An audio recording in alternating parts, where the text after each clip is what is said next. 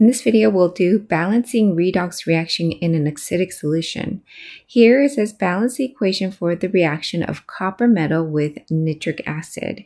So we have copper and nitric acid forming into copper 2 plus and nitrogen monoxide. So you'll notice that this is not very much balanced. We have 3 oxygens here, only 1 oxygen here, there's a hydrogen here, and where's the hydrogen over here, right? There's sort of like all over the place. So let's go ahead and balance these acidic solution, or this redox equation in an acidic solution. You're going to look at the steps that are listed on the left over here. And having these steps will help you guide you through the entire process. So let's take step number 1. It says divide the equation into half reaction. Okay, so we're going to take this and divide into half reaction. Well, who matches with what? We're going to take copper with the other copper, and then we'll take the nitric acid with the nitrogen monoxide on the other side of the equation. So let's go ahead and do that. So we have copper forming into copper 2 plus.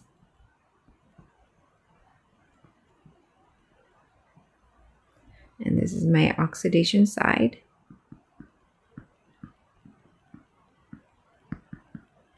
And on the right side of the equation, we have my reduction side. And we have HNO3 aqueous forming into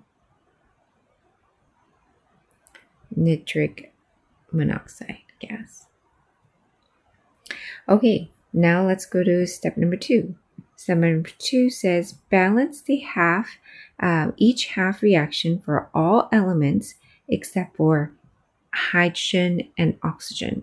So you're going to ignore hydrogen and oxygen, okay, no matter what. And then we're just going to only balance the other elements. So here's 1 copper here, 1 copper here. So we don't really need to do anything there. There on the left-hand side of the equation, there's 1 nitrogen here. So we're only looking at nitrogen, not oxygen and hydrogen, and 1 nitrogen here. So that looks pretty balanced, so we don't need to do anything. If it's not balanced, then we do need to add in the coefficient. All right, let's go step 3.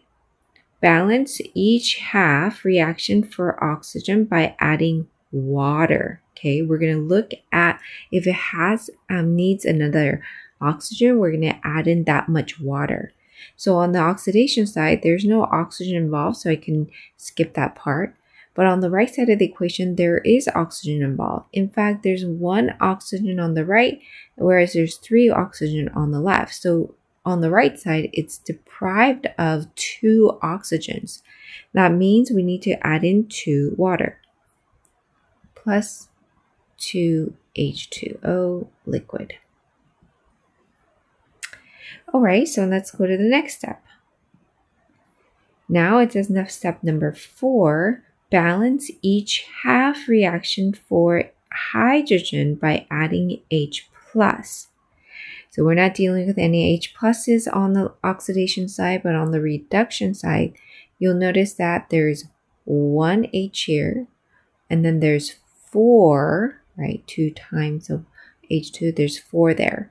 So on the left-hand side, it is deprived of 3 hydrogens. It's deprived of 3 hydrogens. So therefore, I'm going to add in 3 H pluses, and that's aqueous. Now for the next step. It says balance each half reaction for charge by adding electrons. So we're going to need to balance by charge now. On the oxidation side, the charge on the copper for solid is 0. Okay, on this side is 0, whereas this side is +2. I'm actually permanently write it down. So it's 0 here and +2 here. That means I needed to take out 2 electrons from that copper solid, right? In order for it to become 0 from that +2. On the right side of the equation, if you look, there is charge over here. Okay, there's no charge here, no charge here, and then no charge here. So therefore, on the very right side of the equation, the totality of the charge is 0. On the left side of the equation, totality of the charge is +3. And the reason why is because the hydrogen has, yes, it has a positive charge, but it has 3 hydrogen in it. So therefore, it's +3. What that means is that I need to add in 3 electrons on the left-hand side in order to balance this reduction side out by charge. Oxidation has a charge with 2 electrons, and reduction has a charge of 3 electrons. So we do need to balance these two portions out by multiplying the entire thing by its least common multiple. So that we get least common multiple. So let's go ahead and multiply all of this by 3 and multiply all of this by 2. And this is what I mean by in step 6, multiply. Okay, multiply by its appropriate values so that the electrons will equal out together. Now I'm going to write the oxidation on here, the new equation, and the reduction right below it.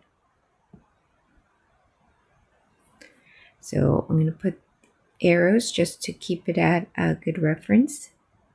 So for copper side, I have 3 copper solid, forming into 3 copper 2 plus 6 electrons. Then for the reduction side, we have 6 electrons plus 6 hydrogens plus 2 HNO3. And then I have 2 nitric monoxide gas plus 4 H2O liquid. Now I can add all of this guy up, but before I do need to cross cancel some things. So here's 6 electrons that I could cancel out because they're on the opposite side, and everything else I don't think we could cancel out. And so we're at step 7. Step 7 says to go ahead and add 2 of the half fractions together. So let's go ahead and add those 2 together. Erase this. So I'm going to start from top to bottom. So top I have copper solid plus 6H plus. I'm just writing everything down now in one row.